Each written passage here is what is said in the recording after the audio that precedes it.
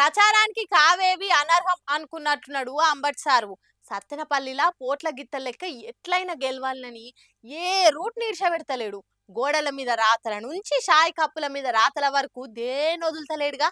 అంబటి రాంబాబు సంబరాల రాంబాబే అని ఈ పాటకు తగ్గట్టు ప్రతిభ పాటవాలు ప్రదర్శిస్తుండో అంబటి సారు. ఓట్లలో గెలిచేటందుకు అందరు బ్యానర్లు, ఫ్లెక్సీలు, గోడల మీద రాతలు, సెల్లులకు మెసేజ్లు, సోషల్ మీడియాల పోస్టుల ప్రచారాలు చేస్తుంటారు కదా. కానీ అంబటి సారు సత్తెనపల్లి హోటళ్లల్లా షాయి దాయే కప్పులను కూడా ఇడిచిపెట్టలేదు. షాయి హోటళ్లల్లా పేపర్ కప్పులల్లా షాయి పోషిస్తారు కదా, అగో ఆ షాయి కప్పుల మీద అంబటి రాంబాబుకే మీ ఓటు అని ప్రింట్ వేపించి హోటల్ వాళ్ళకి పంచిపెట్టిండు. ఖచ్చితంగా ఆ కప్పులల్లనే షాయి పోయాలని హోటల్ సిబ్బంది కూడా చెప్పి పెట్టిండట. ఇగేముంది, షాయి తాగేటోళ్ళందరికీ రాంబాబు ఇచ్చిన కప్పులనే షాయి పోస్తుంటే ఉఫ్ఫు ఉఫ్ఫు మన ఊదుకుంటా తాగుతుండ్రు కస్టమర్లు. మరి కప్పుల మీద ఓట్ల ప్రచారం అయితే చేస్తుండు, మంచిగానే ఉన్నది. కానీ షాయి తాగినాక ఆ కప్పులను చెత్తబుట్టలనే వేస్తుండ్రు. అంటే సార్ని కూడా అట్లనే లైట్ తీసుకుంటే మొదటికే మోసం అయితే చూసుకోండి సారో అంటున్నారట జనము.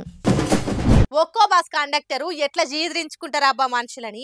జర చిల్లర్ లేదంటే చాలు నడు నడు బస్ దిగు, డ్రైవర్ అన్నా బస్ జర సైడ్ కాపుకో అనుకుంటా గరమైతారు. రూపాయి తక్కువండి పర్సులకెళ్ళి తీసిచ్చేదాకా సుతాగరు. కానీ మనకు రావాల్సిన చిల్లర మాత్రం ఇయ్యకున్నా సరేతి అని ఊకుంటారు. వాళ్ళు ఊకున్నా మనోళ్ళు ఊకోరు కదా. కొందరు ఇగో గీ అన్న లెక్క కాయానికి కాలు దూతారు, చిల్లర ఇచ్చేదాకా ఇడవరు.